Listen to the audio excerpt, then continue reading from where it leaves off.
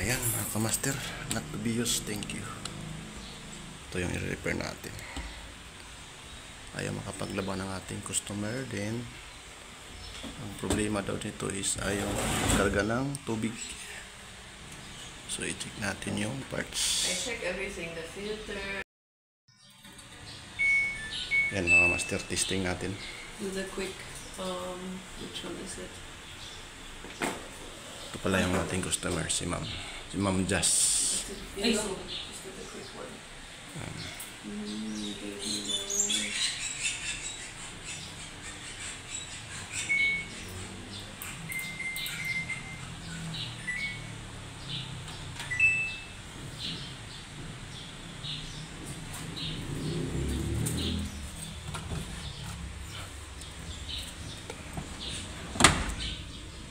The water is open. Oh, yeah. Door lock. Yeah, door lock. When on and then it beep beep, it's okay. Then usually it's the water will go in.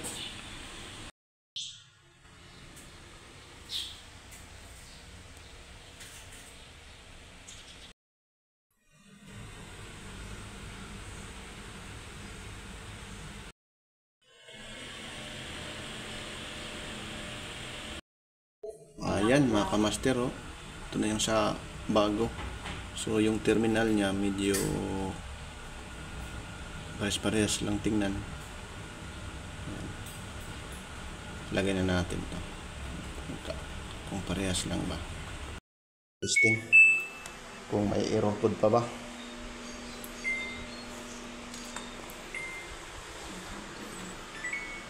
And quick, oh, I just do Yes, quick. okay.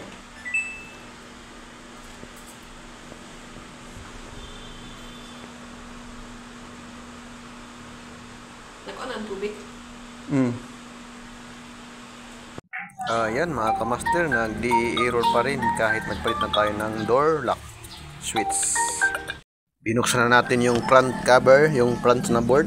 Baka may mga makikita tayo na kakaiba. So mga sa harness. So ayan, nakikita natin wala naman. So dito na rin tayo sa baba. So ito yung suspect ko, yung board na to. So baka nandito yung problema sa DE error. Mga kamaster, DE error. So nag-buzzer tayo. Dito tayo sa brown. Ayan, papunta rito. Yung harness na yan, brown.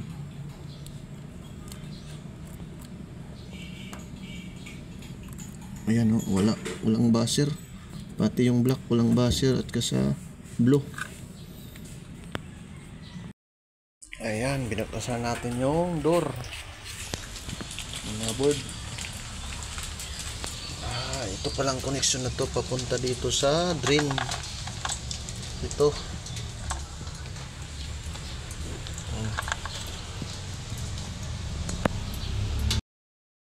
Ang connection nito, yung gray papunta dito. Tapos itong dalawa, itong red at blue at kasa black, papunta yan rito. Then going papunta sa drain pump. Ayan, loob.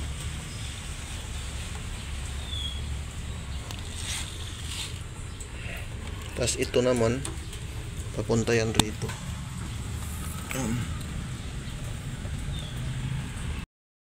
Ayan, nakamaster.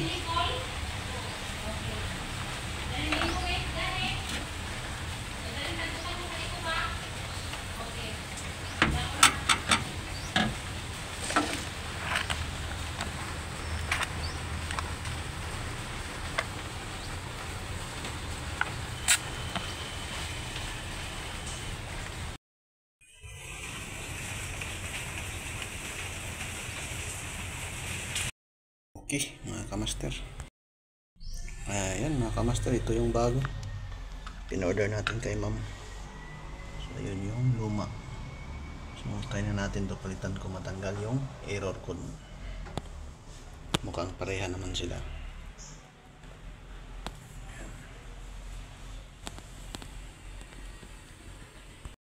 Mga master, nilagay na natin sa pagtanggal. So dito mo lang tanggalin yan. Yan. Pero tanggalin mo muna yung dalawang screw. Yan. Kasi itong wire dito mo ilagay sa ipit. Ano? Just something quick so we can see.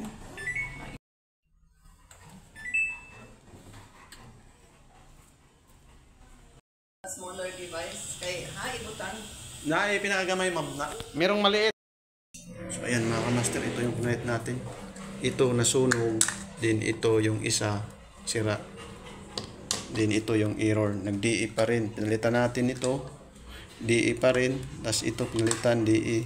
Lapse option is ito. So nawala yung DE error code. No. Ayan mga kamaster, nawala yung error code pero nagkaganyan na naman siya. Nawala yung DE error code, so nagkaganyan naman siya. Hindi siya magtuloy-tuloy pag ikot, pag maglagay ng tubig, tapos dapat under siya. Ayan o. Hindi siya magtuloy-tuloy. Okay na sana, pinitan natin ang board pero wala nang error, pero nagkaganyan siya. So baka hindi compatible yung board na binili na ni ma'am, kasi in-order namin sa sa Shopee. Ayaw niya magtuloy-tuloy. So may part 2 tayo sa video na to. So hanggang dito lang yung video mga kamaster. God bless.